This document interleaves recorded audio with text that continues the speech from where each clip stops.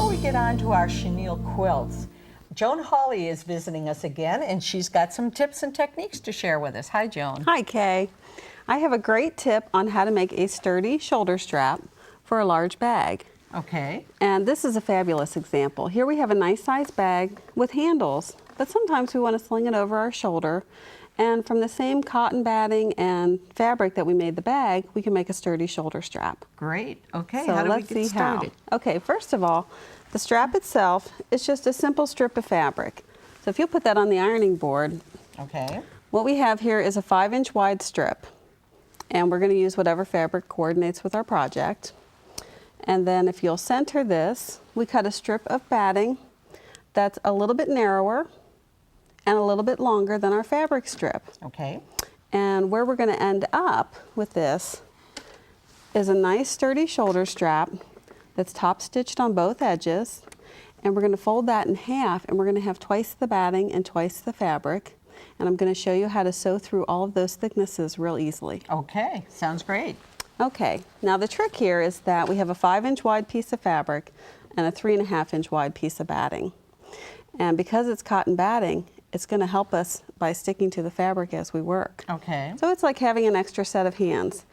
Now, to get started, let's go ahead and fold over our edge of the fabric, and if you'll press as we go, we're almost finished. Get your fingers out of the way.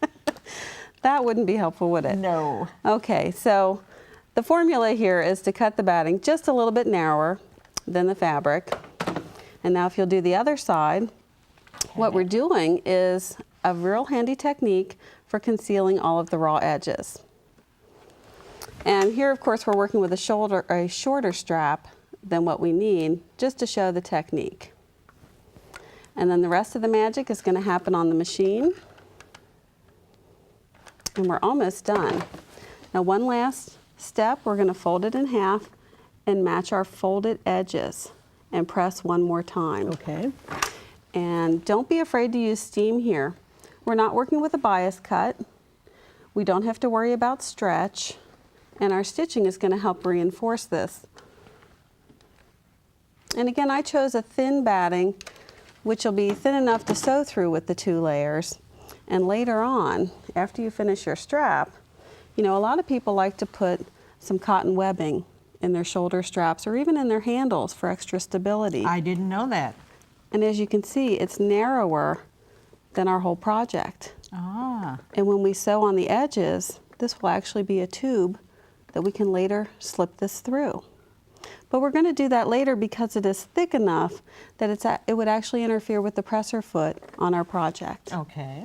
So we're going to sew it first, and then later, if you like, you can put that in there. So let's put a couple of pins in here. And we really just want a pin to get us started.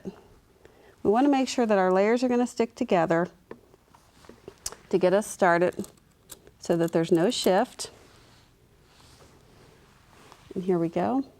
And just 1 or 2, because the machine's going to do the rest of the work for us. And when we're done, we're going to cut off our extra length of batting as well. Okay. You know, if you start off longer than you need, you can always trim it back later. I like that. So here we have a walking foot on our machine, which I like because we're working with some thickness. We've added a thread that's going to be decorative, and I've moved my needle all the way over to the right so I get close to the edge. Okay. We're using a standard size needle and just regular cotton thread that we used for stitching. And by stitching close to the edge, we're actually going to catch both of those raw edges that we folded and pressed under. Okay, so you're just letting the side of the presser foot ride right along the edge. I am, right along the edge here. And you can lengthen your stitch a bit if you like to accommodate the thickness, or you can actually work with a decorative stitch if you like. Okay. So here we've done a little bit of sewing. Let's turn it over and feed it through the machine the same way, just in case there is any drag on the fabric. It won't create any ripples. And so here we go to finish the final side. Now remember, you can make this shoulder strap in any length or in any thickness. Just cut your batting twice your finished width, and then cut your fabric strip wide enough to accommodate rolling over the edges, so you can catch those raw edges in the final stitching. And we made it wide enough, remember, to slide that cotton canvas into the middle of the strip to reinforce and give us a nice sturdy shoulder strap. So here's our finished shoulder strap.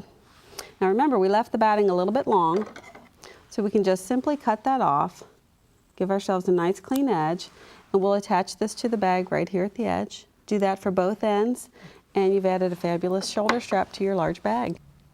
And we've attached it right here, and sturdy strap, and it feels comfortable on the shoulder. It works out great. Well, I want to thank you, Joan, for sharing these tips and techniques with us. They've been great. Thank you, Kay.